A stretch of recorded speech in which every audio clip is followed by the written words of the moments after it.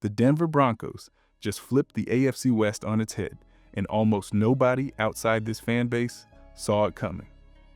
For the 16th time in franchise history, the division crown is coming back to Denver. But this one hits different.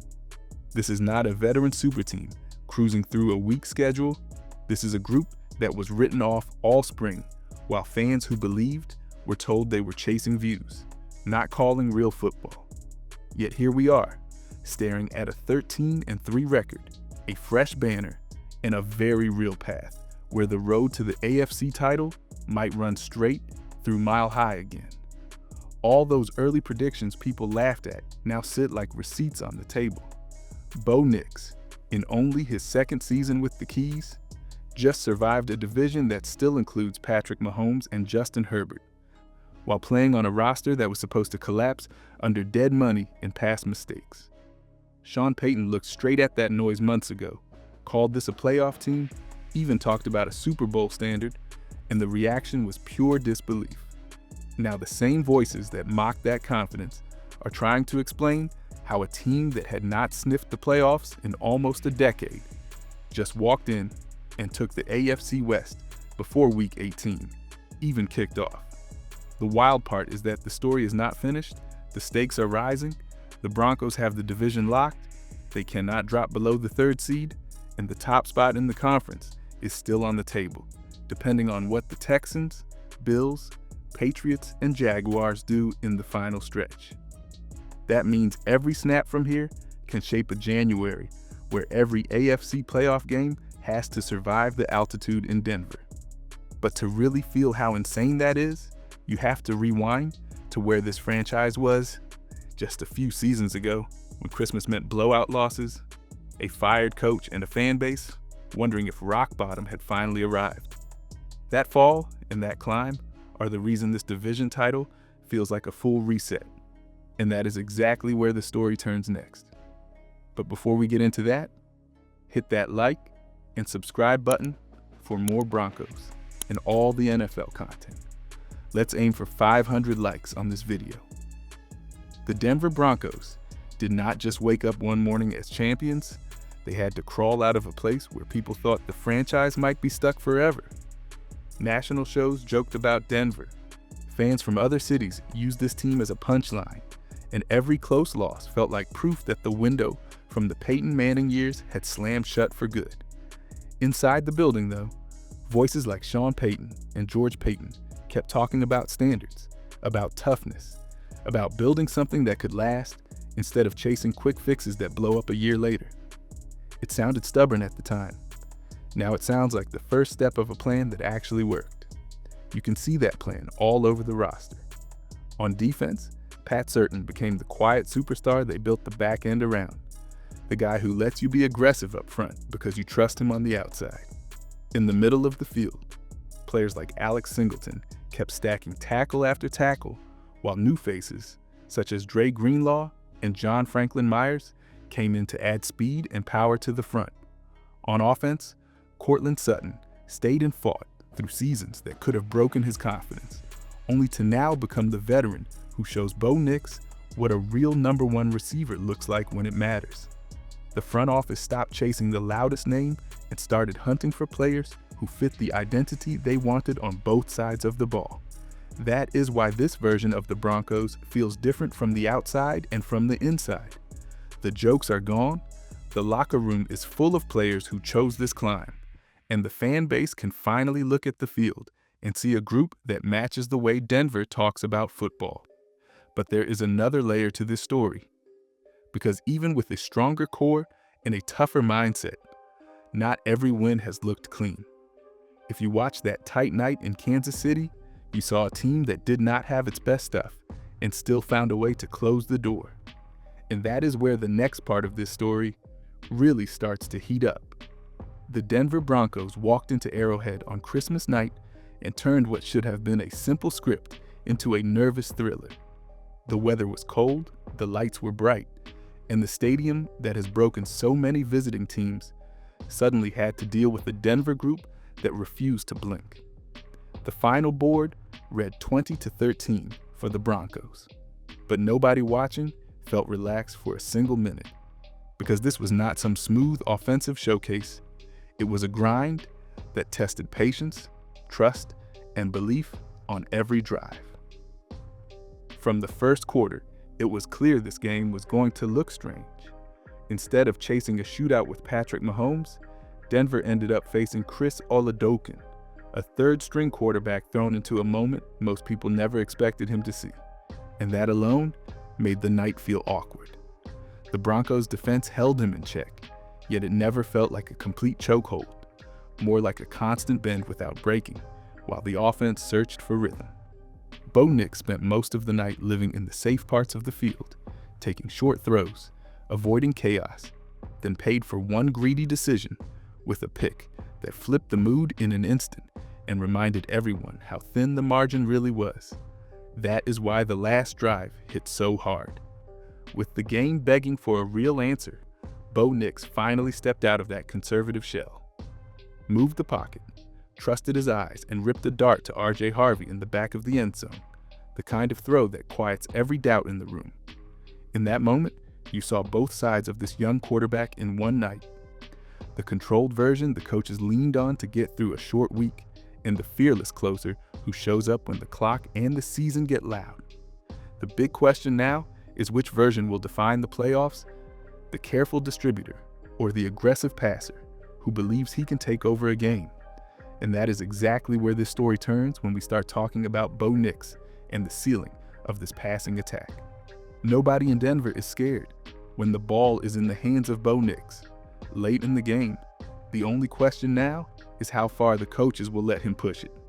You can feel the tension every time he drops back, like there are two players living in the same jersey. One is the calm surgeon who takes the safe throw, protects the ball, keeps the chains moving. The other is the fearless closer who trusts his arm and his eyes against any coverage in the league.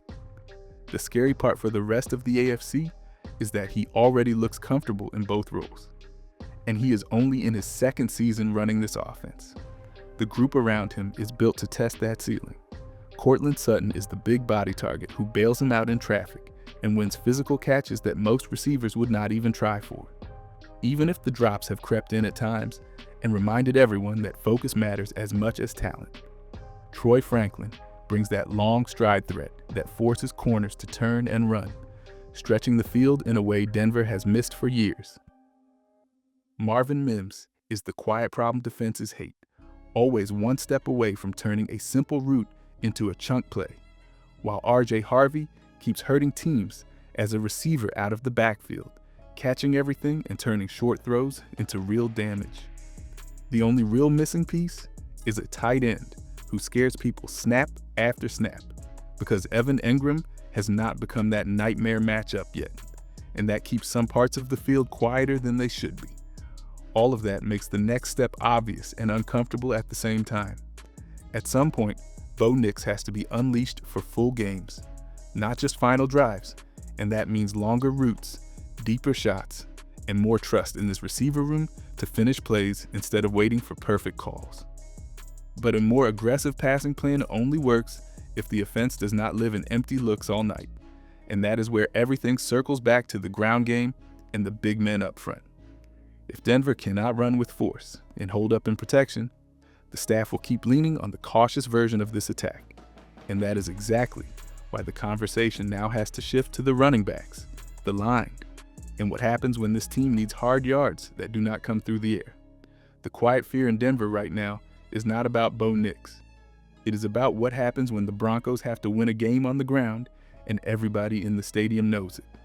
Early in the season, the plan was clear. Let J.K. Dobbins set the tone with patience and vision, then let the passing game punish defenses that loaded the box.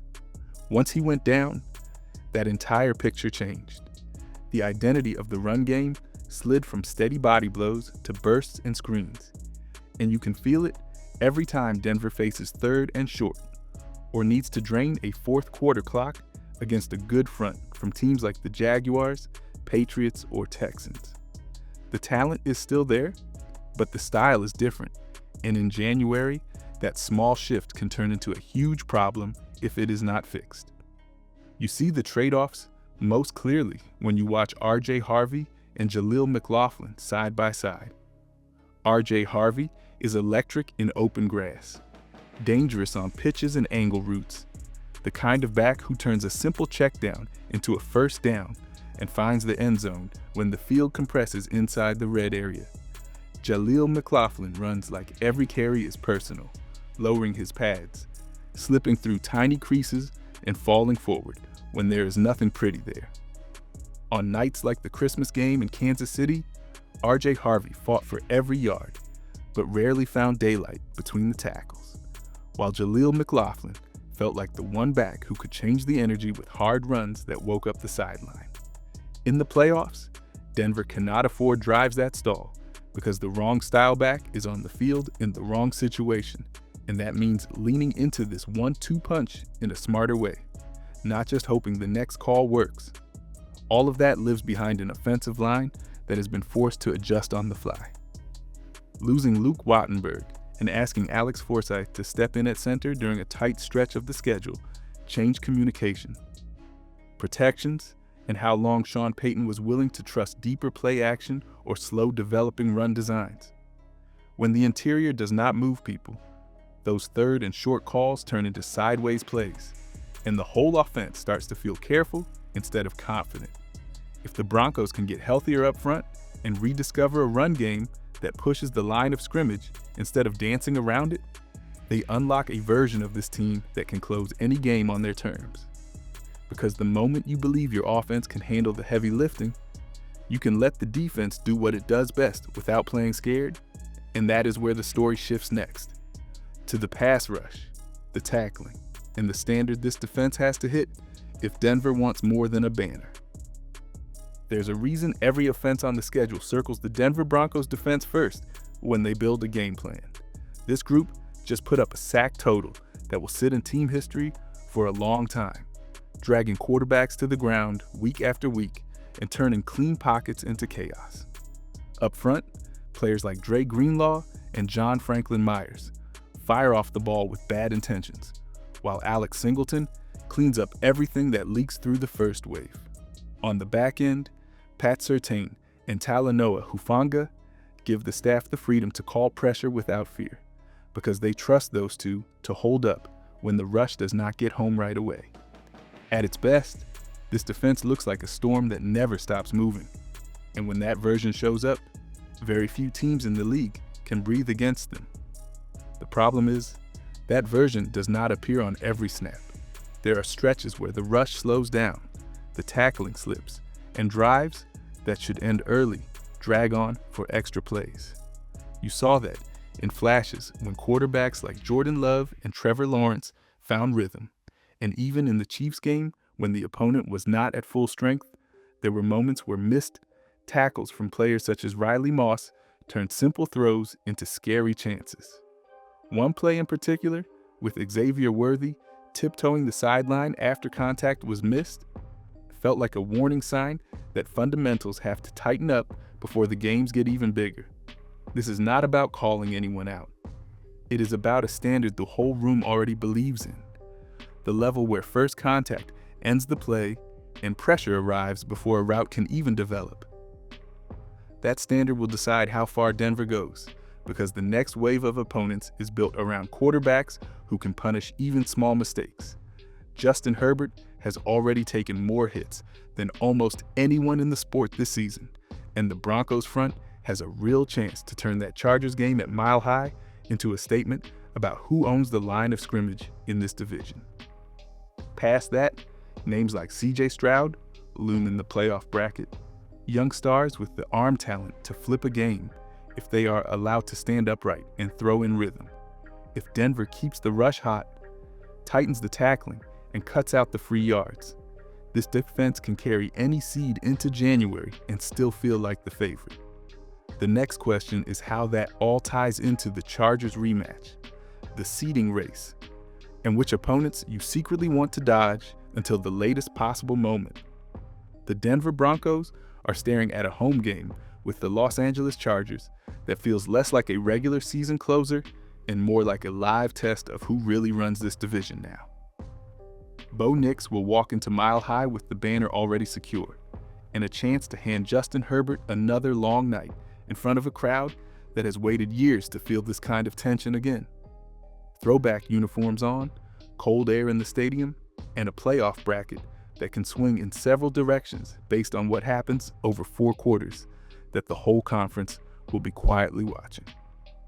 On paper, Denver has already checked the box that matters most. In reality, this matchup is where they show whether they plan to just join the playoff field or shape it. The tricky part is that every snap against the Chargers is tied to bigger questions the standings cannot show at a glance. If Denver closes strong, they keep pressure on teams like the Bills, Patriots, and Jaguars, while keeping themselves in range for the top spot if other results break their way. And even in scenarios where that top seed slips away, they stay parked near the top of the conference with at least one home game already locked in. Lose focus and stumble here, and the seed might slide, but the path can still end up surprisingly friendly if upsets knock out a favorite ahead of schedule, and the bracket flips. That is why this game is less about chasing a specific number next to the team name and more about proving that in a must-win environment, this roster can tune out the math and simply outplay a talented opponent that knows them well. Quietly though, every fan in Denver has their own list of teams they would rather see later than sooner. The Houston Texans with C.J. Stroud look like the kind of young group you respect enough to want on the other side of the bracket for as long as possible, while physical outfits like the Steelers or disciplined groups like the Patriots and Jaguars each bring their own problems if you let them hang around. Beat the Chargers and you give yourself the best chance to manage that path, stacking rest, home field, and matchups in your favor instead of leaving it to chance. That is the chess on the whiteboard inside the building. But out in the fan base, the conversation sounds very different, full of nerves, pride, arguments, and hope. And that noise from Broncos country is its own part of the story. Broncos country is torn between celebrating the AFC West title and stressing over sloppy moments like stalled drives and missed tackles. Fans argue about how aggressive Bo Nix should be, whether Courtland Sutton can clean up drops, how much work R.J. Harvey and Jaleel McLaughlin should get, and if a defense led by Pat Surtain really needs more help or just sharper tackling. But the debate is no longer about whether this team is legit.